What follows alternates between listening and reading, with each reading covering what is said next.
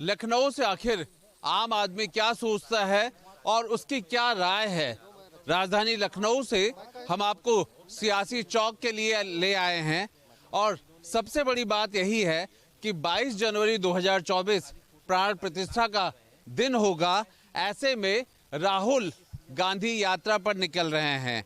ये क्या माने हम कि राहुल गांधी जो उत्तर प्रदेश के कभी सांसद थे, उत्तर प्रदेश से इतना लगाव था, यहाँ प्राण प्रतिष्ठा होगी और वहाँ वो मिजोरम और नॉर्थ ईस्ट से अपनी यात्रा शुरू कर रहे हैं।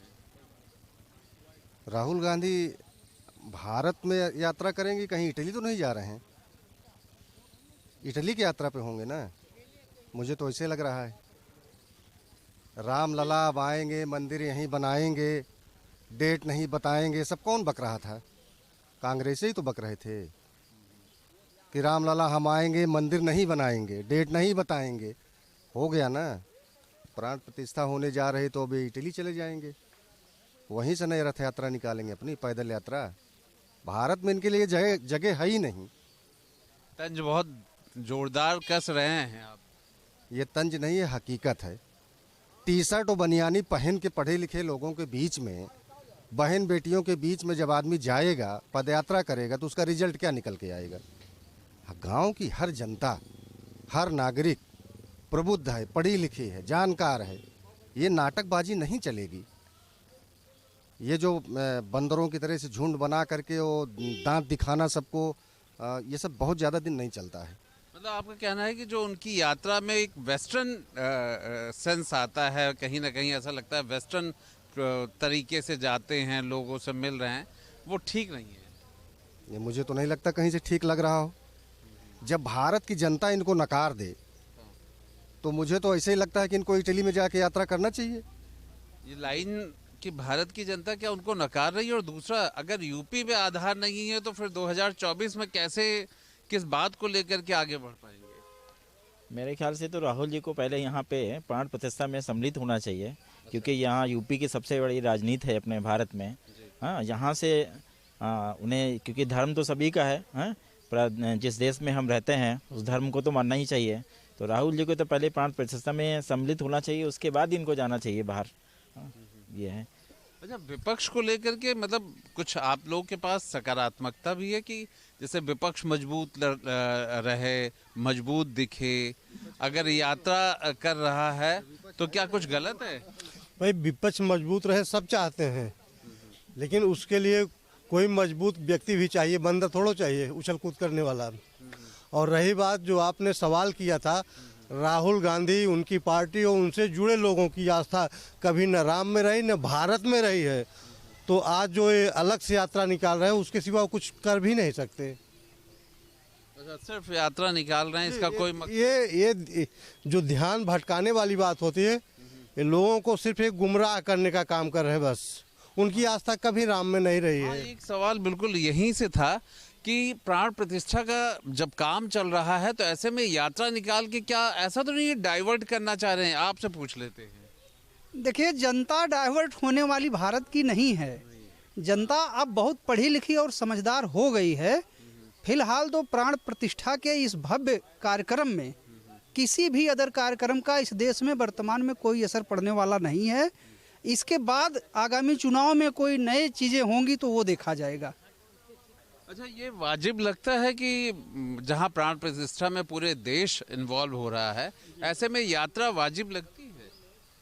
नहीं, इसकी कोई आवश्यकता तो नहीं है और ना ही ये वाजिब है, क्योंकि जब पूरा देश एक जगह इकट्ठा हो ही रहा है तो इस यात्रा का कोई तुक नहीं बनता है। कहीं ऐसा तो नहीं है कि नेताजी ये यात्रा निकाल करके एक तो डाइवर्ट कर रहे हैं, दूसरा सेकुलर होने का क्या यहीं से वो एक रास्ता भी देख रहे हैं या दिखा रहे हैं? जिसके ऊपर से राम की कृपा हट जाए वो कहीं का नहीं रहता है। इनका जो दिमाग है, इनका जो कंप्यूटर है ना, इतना वायरस भर चुका है कि अब चाहे जितना एंटीवायरस डालो निकलेगा ही नहीं। ये सब पूरी तरह से विकलांग लोग हैं। अब विकलांग क्या, अब तो माननीय मोदी जी ने हमारे कह दिया कि विकलांग मत कहिए, दिव्यांग कहिए। ये सब दिव्यांग लोग हैं। ये प्रमाण पत्र बनाएं, अपना बाहर जाएं। अब यहाँ इनके लिए जगह नहीं है। भारत में एक ही शेर है, वो शेर दहाड़ता रहेगा, उसका नाम है माननीय नरेंद्र मोदी। इसके अलावा कोई नहीं है। तो 22 की कहानी, 22 जनवरी 2024 की जो प्राण प्रतिष्ठा की कहानी है, और आगे चल करके जो चुनाव भी दिख रहा है लोकसभा, तो ये इस तरह का विपक्ष का काम कम से कम मजबूत तो नहीं नजर आ रहा है। हाँ? बिल्कुल मजबूत नहीं है विपक्ष। विपक्ष मजबूत तब होता जब देखिए, पक्ष हो या विपक्ष, जनता के हित के अगर काम इस देश में किए जाएंगे, हमारी जो भावनाएं हैं, संवैधानिक भावनाएं हैं, जो व्यवस्थाएं हैं, उसके सापेक्ष, उसके समर्थन में जो भी काम करेगा उस देश में मजबूत होगा। जैसा कि आपने देखा, विकास के मुद्दे पे ही दूसरी बार बीजेपी के प्रचंड सरकार बनी। इन्होंने भगवान राम के प्राण प्रतिष्ठा की डेट रखी और वो 22 को हो रहा है। ये इस देशवासियों के लिए बहुत ही गर्व का विषय है। कड़कड़ में राम है भाई साहब, विपक्ष के पास क्या है?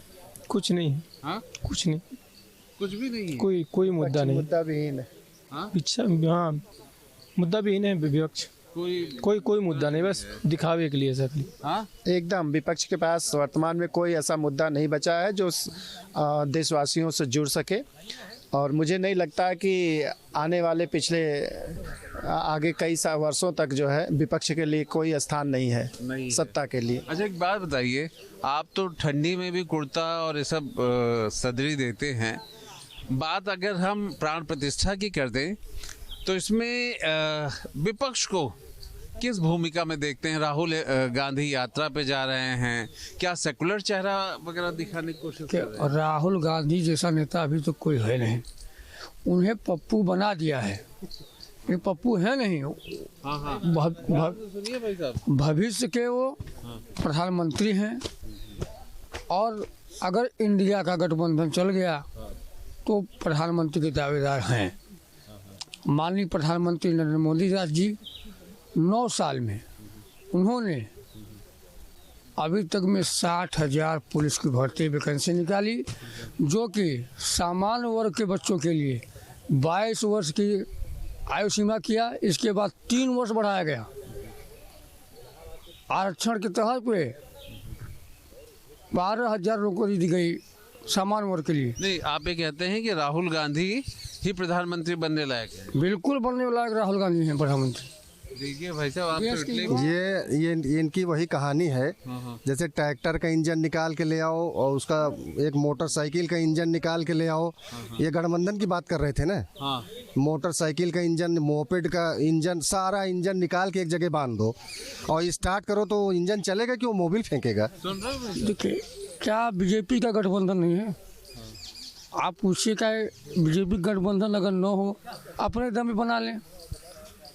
अनुप्रिया पटेल से गठबंधन बीजेपी का, और बीजेपी का गठबंधन खुद सबसे है, तो क्या वो इंजन की है? प्रदेश और केंद्र में सरकार, दोनों जगह सरकार है, तब भी ये कुछ नहीं कर पा रहे हैं। और राहुल का इंजन कोई मतलब कुछ काम नहीं कर रहा है। डबल इंजन सरकार बता रहे हैं कि इंजन निकल जाता है फिर बाहर हो जाएगा। खुद बता रहे हैं। भैया, क्या डबल इंजन कुछ काम कर रहा है? डबल इंजन बहुत काम कर रहा है। आइए डबल इंजन इतना काम कर रहा है कि जितना आज तक कोई काम नहीं किया होगा। हाँ? डबल इंजन की सरकार जितना काम करके दिखा दी उत्तर प्रदेश में, पूरे भारत में मोदी। तो प्राण प्रतिष्ठा को लेकर के क्या कहेंगे? हाँ, साहब, हम एक मिनट का फैसला करता हूँ। जैसे समाजवादी पार्टी में चचा भतीजों में बिखराव हुआ था, वैसे ये चाचा हैं और वो भतीजा, वो भतीजा है। और ज़्यादा हम का कहें? नहीं तो राम मंदिर के बारे में बोलो, अच्छी बात है। राम मंदिर बन रहा है ना, ये इंडिया की तरफ ना, ये उसकी तरफ है। ये तो हम कहाँ बताएंगे कहाँ है। तो किसकी तरफ? अच्छा, आप हम अपने माँ बाप के अलावा और किसी को नहीं। एक बात बताइए, इस देश के लिए क्या आपको लगता है राहुल गांधी की यात्रा जरूरी है? कोई ज़रूरी नहीं है। तो हम पेपर डेली पढ़ते हैं, और ये जो पट आज हमसे पूछे जा रही वो हमारे पेपर में है। लेकिन ये यही निवेदन है कि इस समय घर घर मोदी, हर हर मोदी के सिवा और कुछ है नहीं। यही है हर हर मोदी जी। सड़कें बना रहे हैं, घर बना रहे हैं, देश की सुरक्षा कर रहे हैं। नहीं भाई, सुरक्षा चाहते हो ना? सुरक्षा तो है। पाकिस्तान की हैसियत नहीं है कि कोई एक आतंकवादी भेज दे, उसको वहीं मार के चटनी कर दें। उनका नाम है माननीय नरेंद्र मोदी। जय हिंद, जय भारत। जय हिंद, जय भारत, जय श्री राम। तो सभा में बहस खोल ली, इंजन खोल लिए हैं। महिलाएं सुरक्षित नहीं थी, अब चाहे महिलाएं कहीं घूमे न कोई बहस खोल रही है, महिलाएं सुरक्षित है। देखिए, ये बाबूजी हमारे से बहुत पुराने नेता हैं। अभी हम लोग कुर्ता बेचे हो आप सदरी? अरे बाबूजी बहुत दिनों से आ रहे हैं, हम लोग यही है और बाबूजी आते जाते रहते हैं, इनका काम है नेतागिरी। आप राहुल गांधी के दीवाने हैं। लेकिन राहुल गांधी जिस दिन प्रधानमंत्री बनेंगे उस दिन बाबूजी लोग को निमंत्रण दिया जाएगा, उनके शादी समारोह में चले और देखें राहुल भैया प्रधानमंत्री। आप लोग राहुल गांधी को प्राण प्रतिष्ठा वाले में क्यों नहीं बुला रहे हैं? जी, प्राण प्रतिष्ठा का जो कार्यक्रम है उसमें जो लगे हुए हैं उनका विषय है, ये हमारे हाथ में थोड़ी है। पर आना बुलाना चाहिए, बुलाना भी चाहिए, उनको आना भी चाहिए, लेकिन पर वो यात्रा निकाल बैठे ना, बुलाना चाहिए, आना चाहिए। पर राहुल गांधी तो एक दूसरी यात्रा पे जा रहे हैं। तो वो जाएंगे ही नहीं तो फिर क्या, कोई मतलब ही नहीं है। है ना? सही बात है। जब हमारे राहुल भैया शादी कर लेंगे इसके बाद हम भी शादी करेंगे। हमारा प्राण है, प्रतिष्ठा है। राहुल गांधी जी को प्रधानमंत्री बनाएंगे, उनकी शादी करवाएंगे, इसके बाद हम भी करेंगे शादी। शादी भी कराएंगे। हाँ हाँ, बताइए साहब। वहू दाढ़ी रखाए, यहू दाढ़ी रखाए, यहू कुंवारे और वहू कुंवारे। ठीक बात है ना भाई, कुंवारों का तो कुंवारा ही इधर समझेगा। अब कुंवारे ने यहाँ पूछत के है। लेकिन ये बताइए कि जो प्राण प्रतिष्ठा का कार्यक्रम है उसमें सबको आना चाहिए, इस तरह की यात्रा ऑल इंडिया को आनी चाहिए। ये नक का मामला है, नक का मामला आना चाहिए। जब निमंत्रण नहीं दिया जाएगा तब इसके बाद हमारे प्रधानमंत्री जी आएंगे, भविष्य के प्रधानमंत्री जी आएंगे, जरूर आएंगे। हाँ आएंगे, 22 के बाद जरूर आएंगे। लेकिन एक बात बताइए, ये राहुल गांधी की यात्रा तो गलत समय पर निकल रही है। अब ये उनकी राजनीतिक है, वो अपना समझे। तो उसी राजनीति हाँ, तो सवाल ये उनकी राजनीतिक मामला है, इसमें हम कुछ कह नहीं सकते। है। अब चुनाव बहुत करीब आ गया है। हाँ। अगर यात्रा हम लोग निकालेंगे नहीं तो जनता जागरूक कैसे होगी? महंगाई, बेरोजगारी बताएंगे नहीं। 22 जनवरी के आसपास ही निकालना था। बिल्कुल सही। 22 तारीख के आसपास हम लोग को अगर निमंत्रण नहीं दिया गया, हम लोग नहीं वहाँ पहुँच पाएंगे। 22 के बाद पहुँचेंगे, जरूर आएंगे, लेकिन हमारा निकालना यात्रा, क्योंकि 2 महीने का चुनाव प्रचार बचा हुआ है, आचार संहिता लग जाएगी। हमको 2024 का देखना है। बिल्कुल। देखिए, हर जगह पे अब 2024 लोकसभा की जो चुनाव है वो बेहद महत्वपूर्ण तौर पे देखे जा रहे हैं। हाँ, ये अलग बात है कि चाहे राहुल गांधी की यात्रा हो या फिर विपक्ष की बात हो, सवाल तो उठता ही है। सवाल उनके इस बात पे उठता है कि जब कोई देश का बड़ा कार्यक्रम हो रहा हो तो क्या इस तरह की यात्राएं, क्या इस तरह का जो सेकुलर होने की बात कही जाती है वो क्या सही है या फिर बेईमानी?